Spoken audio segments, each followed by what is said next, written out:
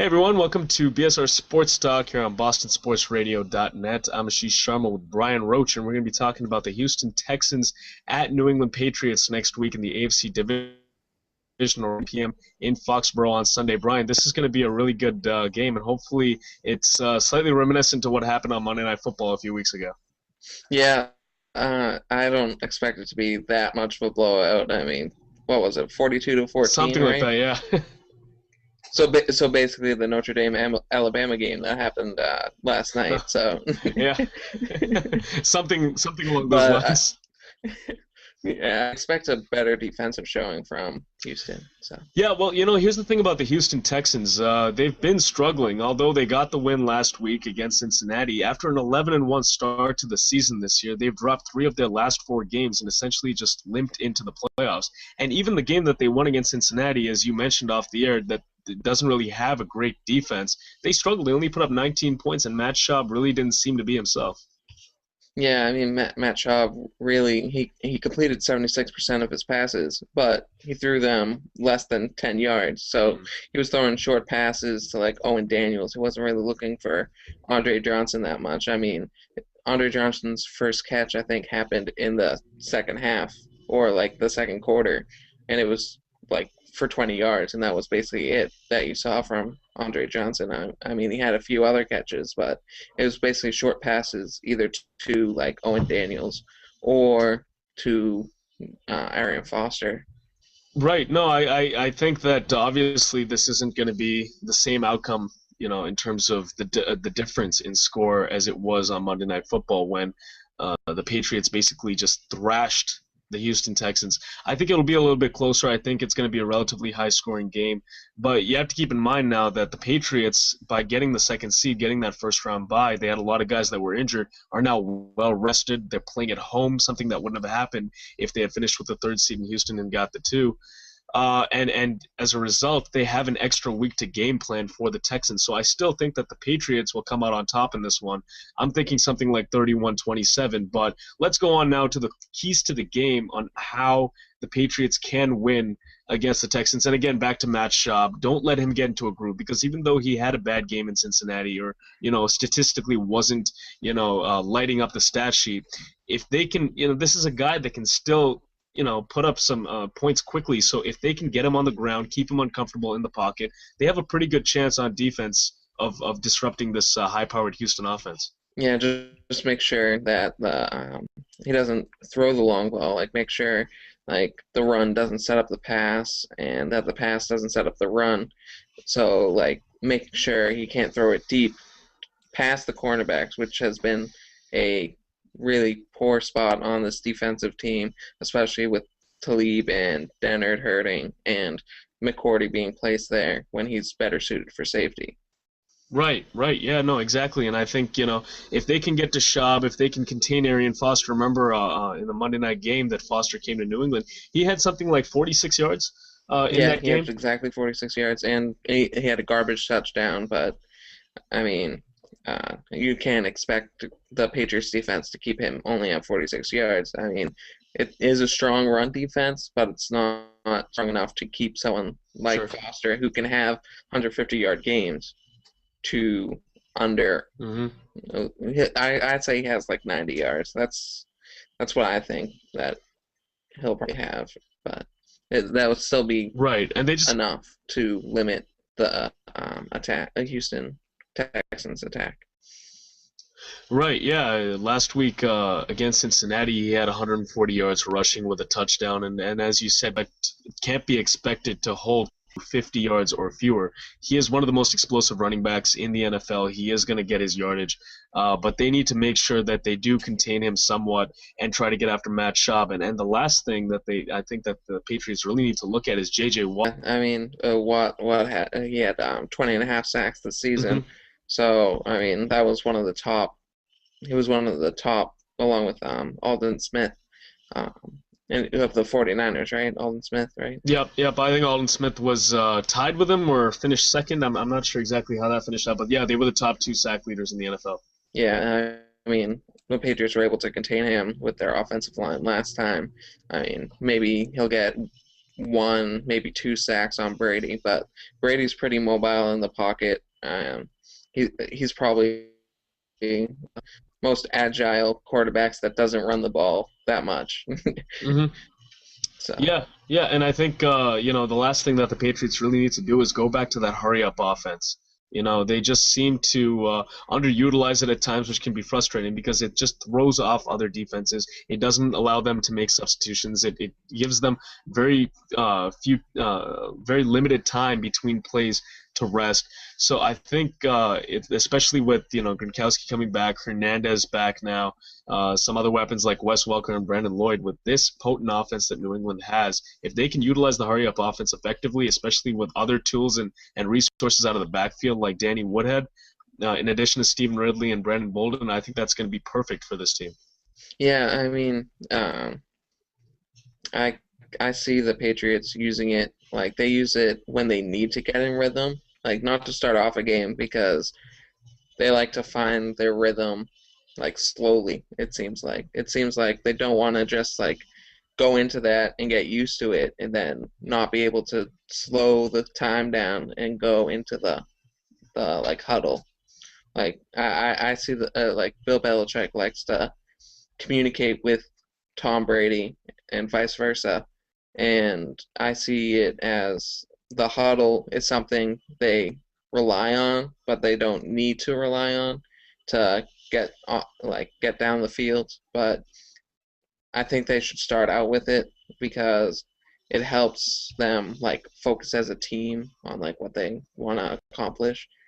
Like even so, like when they're not in the huddle, like when they do the no huddle, like hurry up, they just can march down the field and they're all on the same page basically.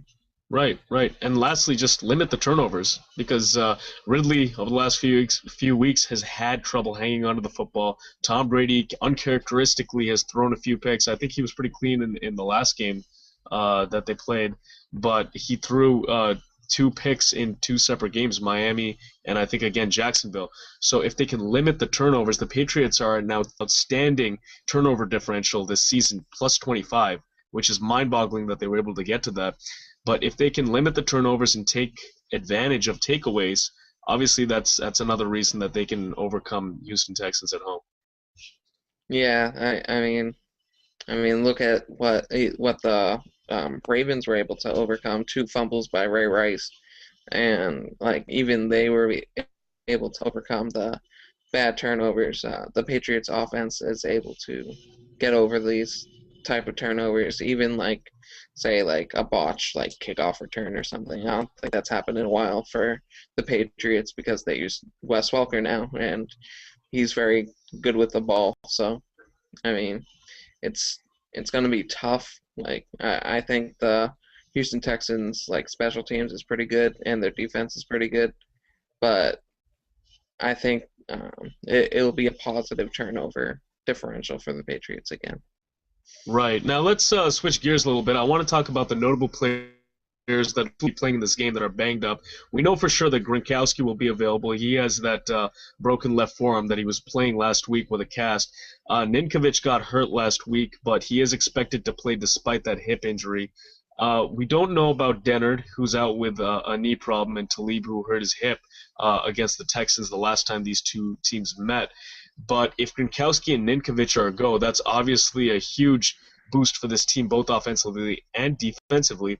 And hopefully, we don't know if Dennard and Talib, again, are probable, doubtful, or questionable. But if they do play and start at the two cornerback positions, then that allows Belichick to move McCourty back to safety with Gregory, I think, strengthen the secondary considerably. Yeah, I mean, it also the main thing is McCourty looking at the ball instead of looking at the receiver. That's a big key because McCourty, when he plays cornerback, just seems to float out there and just defensive pass interference like every single play, Mm-hmm. basically. Yeah. And like as you said, Robert Gronkowski, his first game back from injury was pretty good. He had 2 catches for 40 something yards and the touchdown. Mm-hmm. Sure, he didn't really have a spike at the end of that because of Yeah. his forearm, but Maybe the 2 weeks off will help him. I agree with you. Gronkowski obviously wasn't 100% last time. I wasn't a huge fan of seeing him out there in a game that meant virtually nothing. I mean, yes, it gave the Patriots an opportunity to lock up a first-round bye with the Houston loss, but they could have done that without Gronkowski. And a lot of people are saying, get him back into game shape. I guess I subscribe to the belief that you need to be a little bit more cautious with a superstar like that. You don't want to send him out and risk an injury and then lose him for the rest of the playoffs. I would have rather just sat him for that, given him 3 weeks of rest, and then had him come back in this AFC Divisional game against Houston. But, yeah, he did have a touchdown catch, 2 receptions for 42 yards, as you said. But then we'll see if that arm is feeling better. As you and I were talking off the air before the show, you said that 14 days seems like a long time in between, especially keeping that arm immobilized, and hopefully he can be a lot more, or rather have a lot bigger impact in this game than he did last week. Yeah, I mean, at least like blocking wise, when that combo of Robert Gronkowski and Aaron Hernandez are out there, it's like a whole different ball game because the team has to plan for both. Like either of those players can go off, like and run, catch a ball. Well, Hernandez has had trouble with his soft hands have sort of left him recently. I've seen him drop a couple passes here and there that haven't been like what we're used to seeing. But having them two out there, that means they have to focus on Gronkowski and Hernandez. Lloyd could be left open, Welker down the middle, and then like it can open up the run. So like all those different things, having those two tight ends is something that really helps this Patriots offense click even more. Right. Yeah. No. Obviously, you have to feel confident. Obviously, now that Brady and Belichick are going into like their 12th run in the playoffs or something like that, and they've been fairly successful at it. And you give Brady these weapons, you give him time in the pocket, he's going to dissect any defense. So offensively, I think this team is set. I think the most concern right now is stemming from the defense and how the return of Dennard and Talib is going to affect the secondary that's already really thin. And to me, yeah, I think is getting McCourty back to safety where he has seen almost new life as a defensive back. Because after his breakout year, his rookie season, he hasn't really been that same cover corner. And then after he moved to safety, he just seemed much better. But now with Talib and Dennard both hurt, there was a need. It was a necessity to put him back at corner and move Patrick Chung back into the starting lineup as the safety. But now, hopefully if these guys can go, McCourty will be back. Where I think he belongs. Now, let's actually move on now to the other AFC divisional game, Baltimore at Denver. I'm curious to know what you think of this game. Who you think is going to be coming to the AFC Championship game from this side? Well, for the Patriots' sake, I hope it's the Denver Broncos because Baltimore will be looking for revenge, especially on the defensive side. I mean, Ray Rice has been iffy lately, so like I'm not too scared of the Baltimore Ravens defense. Because Flacco, of course, at the quarterback, and he's really good. He's made the playoffs every single year that he's been a quarterback, and he had a pretty good week last week. But you can thank Bolden for some nice catches, 146 yards and a touchdown, and most of that was in the second half. So, I mean, Denver Broncos, their defense isn't it's pretty solid, but it's not like. It's going to be a high-scoring affair, but Baltimore's defense is very scary. Yeah, no, for this game, I mean, I think it's a pick-your-poison type deal. There's really no opponent that I look at this game and say I want to face them because on the one hand, if Baltimore wins, the Patriots get another home game, assuming that they win at Houston. But then they have the Baltimore Ravens, who have given them trouble home or away over the last 3 years with that defense of Ray Lewis, Ed Reed, Terrell Suggs, guys like that. And then if Denver wins, then the Patriots have to go up to Mile High and play the AFC Championship game. It's going to be another rematch of Brady versus Manning, which, as a fan watching this over the last 10, 12 years, I wouldn't be totally opposed to that either because I think both games are going to be fantastic. So I do think that Denver will win at home, and I think we're going to see that Brady versus Manning matchup in the AFC Championship game. And it saddens me to say this, but it's going to be Ray Lewis's last NFL game. I truly believe that. I don't think Baltimore is going to beat Denver. Yeah, I mean, it's going to be different atmosphere, especially on the Baltimore Ravens side without Ray Lewis. So, I mean, just look how emotional it was his last home game. Imagine how emotional this game will be against the Broncos, especially if it is like a very close game towards the end, and like maybe he makes an like interception or something. Everything will go crazy or something like that. Yeah. It almost had one in that last game. He didn't catch Yeah. it. Yeah, no, I thought that was so cool what they did at the end of that game at in Baltimore, where they had Ray Lewis go out for that last offensive snap before the knee down, and he did his famous dance one last time for the fans at home. I thought that was one of the more special moments that you'll see in the NFL, especially for what he's meant to that franchise. Over the last 12, 13 years that he's been there. I thought that was so emotional and so cool. And yeah, so like I said, I think it's going to be another New England and Denver affair in the AFC Championship game, and I'm actually expecting on the NFC side of things, after the Seahawks went and dismantle the Redskins at home, I think they can make a run at the NFC Championship game as well, and I'm expecting that to come down to the Seahawks and the Niners. And now a lot of people are saying, whoa, how could you have the Seahawks go into Atlanta and win a road game against one of the hottest teams in the NFL? Yeah, well, look at what Matt Ryan's done in the playoffs his last 3 years. He's never won a playoff game, and obviously you can't go totally off the past, but I do think that the Seahawks are playing at a very high level. I think Russell Wilson is very underrated. Marshawn Lynch has been fantastic. That defense, that big physical defense, Richard Sherman as a corner, I think they're going to go in, they're going to beat the Atlanta Falcons and then lose to the Niners in the NFC Championship game. So should set up something pretty special. Yeah, well, eventually, Matty Ice, the former BC student, right. I think he'll be able to eventually do something in the playoffs. I mean, this year he started off great, undefeated season for the Falcons, and he was doing very well. And then he had that, what was it, 4 or 5 pick game against San Francisco, or I forget who it was against, but I can't remember. yeah, he had a awful game, but I think the Falcons actually lost that game, or they won it. They won it in overtime, which was really weird because he had like 4 or 5 interceptions. Yeah. And I mean, he's eventually gonna do something great. Like you can tell just like what he has around him, Julio Jones and Roddy White and Tony Gonzalez. It's like a perfect tandem right there. But right, and Michael Turner in the backfield, but and I like Mike Smith. I think he's a good head coach, but until they win a playoff game, I'm just going to assume that this pattern is going to continue. And although the laws of probability tell me otherwise, that the more and more you lose, the chances of you finally winning one actually increase. So we'll see what happens with that. But yeah, I think it's going to be a Niners-Patriots Super Bowl. I really do, and I wouldn't be if the Seahawks win in the candlestick in the NFC Championship game and actually beat the Niners somehow. Because at the level they're playing right now, we could be looking at a Patriots-Seahawks Super Bowl, which would be very interesting. But again, this is all just looking into the future, into the crystal ball. I mean, we haven't even played the NFC or AFC divisional rounds yet, so none of these could be happening. But it's always fun to see how that breaks down.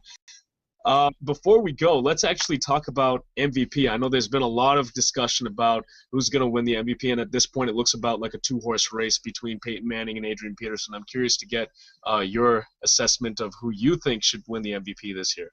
Well, I actually think Peterson has the edge because quarterback-wise, Brady, Rodgers, Peyton Manning, all basically put up the same numbers. Sure, Manning came off the neck surgeries, so he's ahead of both of them because he did it after like almost a career or life-threatening injuries. And Adrian Peterson, no one came even close to him this year. I think the second highest was at 1,600 yards. And he had over 2,009 yards short of the record. And the last person to come close was Chris Johnson of the Tennessee Titans a couple seasons ago when everyone was calling him, what was it, CJ2K? Yeah. But and he, after that season, he hasn't been the same. He had 1,200 yards this season, but after a slow start. I mean, Adrian Peterson came off a terrible ACL injury, and now he's tearing it up. He he mostly did it after his first 6 games. He had like I think 3 games where he had over 100 yards, and over the last like 10, he's had like so many 200 yard, like 180 to 200 yard games. He put the Vikings into the playoffs on his back by beating the Green Bay Packers. Mhm. So Yeah, no, usually I disagree with you on some things, but I'm totally 100% on board with everything you said. With Peyton Manning, not to take anything away from him, I mean, he has had a fantastic season. Going into a new team with a new head coach, new teammates, new everything, new city, and to come off the three microsurgeries that he had on his neck, as you said, career threatening. I absolutely think that he's worthy of being an MVP. It's just unfortunate for him that Adrian Peterson happened to have, in my mind, an equal, if not better, season with the Minnesota Vikings. I mean, rushing for 2,000 yards, 9 short of the all-time record, is nothing that should be taken lightly. I mean, the way I see it, the Denver Broncos would have made the playoffs this year even without Peyton Manning. I think they're still a good enough team with the guys that they have, with Elvis Dumervil and Von Miller on defense and Champ Bailey on defense, and then guys like Eric Decker and Demaryius Thomas. I mean, this is a team that made the playoffs, the AFC Divisional Round last year with Tim Tebow as their quarterback. yeah, So obviously Peyton Manning went in there and had a fantastic year, but without Adrian Peterson, where are the Vikings? Yeah, they're nowhere even close to being in the playoff picture. So I think Adrian Peterson is definitely, if I had a vote, he would be my MVP. However, I'm just looking at what history has told us. Over the last few years, it seems like it's kind of been a quarterback award. I mean, Sean Alexander was the last running back in recent memory to win the MVP. Since then, it's been either Brady or Manning or Rodgers or something like that. So that's pretty much. Peterson did a lot of it too. Like he had the most yards with 8 men in the box, and he had the most after getting out of the pocket basically. Like he had the most yards after not after catch but after hit. Like he was able to avoid hits. There was this one play the last couple I think it was the third to last week where he ran for what was it, 80 yards for a touchdown, or 72 Something like to that. 80. Yeah. And he it looked like he was taken down, and then all of a sudden he turned, broke a couple tackles. Mhm. And so I mean, I expect him to at least be have it be a close race for MVP. Yeah, and if worst case scenario, they could always do the 2003 cop out, which was the co-MVP, Steve Oh McNair yeah. and Peyton Manning. I'm surprised that doesn't happen more often. I mean, it was just a perfect 50-50 split. But it'll be interesting. Adrian Peterson is the MVP in my mind, and yours too. So we'll see what happens, and we'll see what happens with the rest of the playoff games coming up. Okay, that's pretty much all the time we have on this edition of BSR Sports Talk. As always, that's Brian Roach, and I'm Aashish Sharma. And we'll see what happens, and we'll join you guys next week, and hopefully we'll be talking about a great Patriots win over the Houston Texans, moving on to the AFC Championship game. Thanks a lot, guys. Take care.